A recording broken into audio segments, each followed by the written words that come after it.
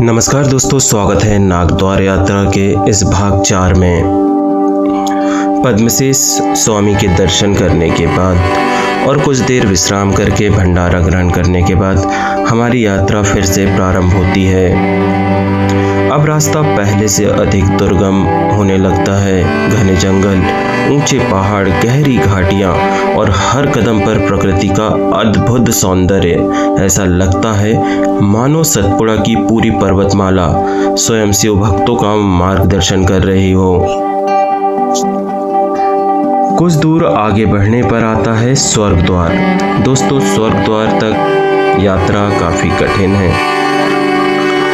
स्थानीय मान्यता है कि यह स्थान आध्यात्मिक उन्नति और मोक्ष का प्रतीक माना जाता है। श्रद्धालु विश्वास करते हैं कि यहाँ पहुंचकर भगवान शिव का स्मरण करने से मन की अशांति दूर होती है और आत्मा को दिव्य शांति प्राप्त होती है।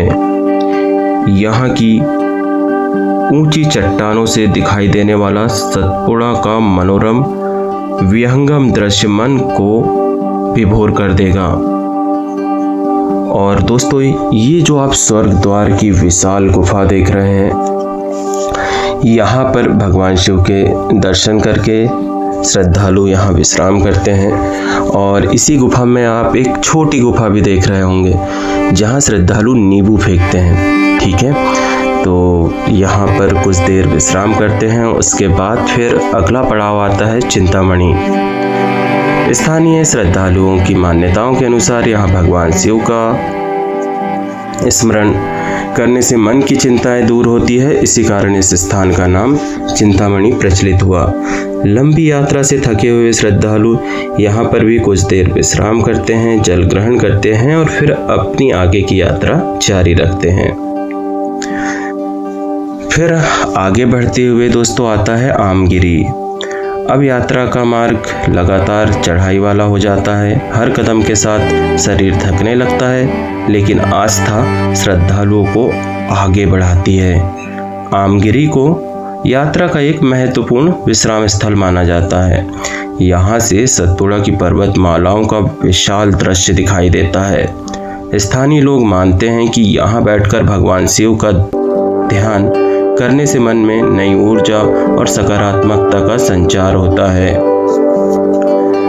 आमगिरी में कुछ देर विश्राम करने के बाद हम आगे बढ़ते हैं चित्रशाला की ओर। दोस्तों, चित्रशाला एक प्राकृतिक गुफा है। एक तरह से यह प्राकृतिक गुफा है और यहाँ से सतपुड़ा का विहंगम दृश्य दिखाई देता है।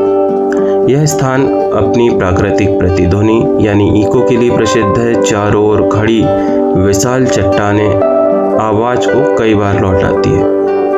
और दोस्तों, यहाँ पर माता की प्रतिमा है, एक छोटा मंदिर है, साथ ही यह एक विशाल गुफा है जो कि एक तरफ से खुली हुई है।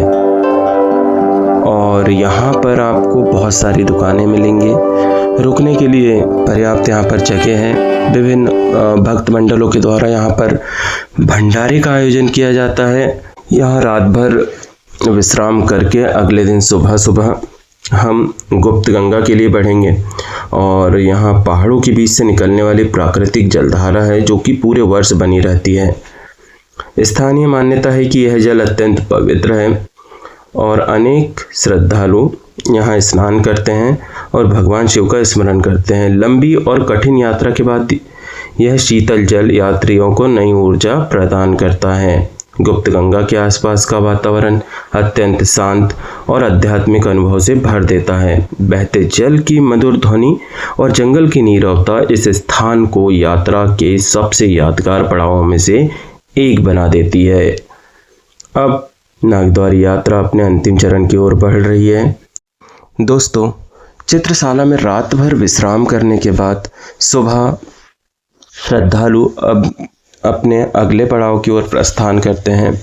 और अगला पड़ाव है हमारा भजियागिरी और हमारी यात्रा समापन की ओर है। भजियागिरी पहुंचने के बाद हम यहां से नागफनी धूपगढ़ चोटी पहुंचते हैं, जहां हमारी इस यात्रा का समापन होता है। नागदौर यात्रा आपको कैसी लगी कमेंट करके ज़रूर बताइएगा और चैनल को ज़रूर सब्सक्राइब कर लीजिएगा।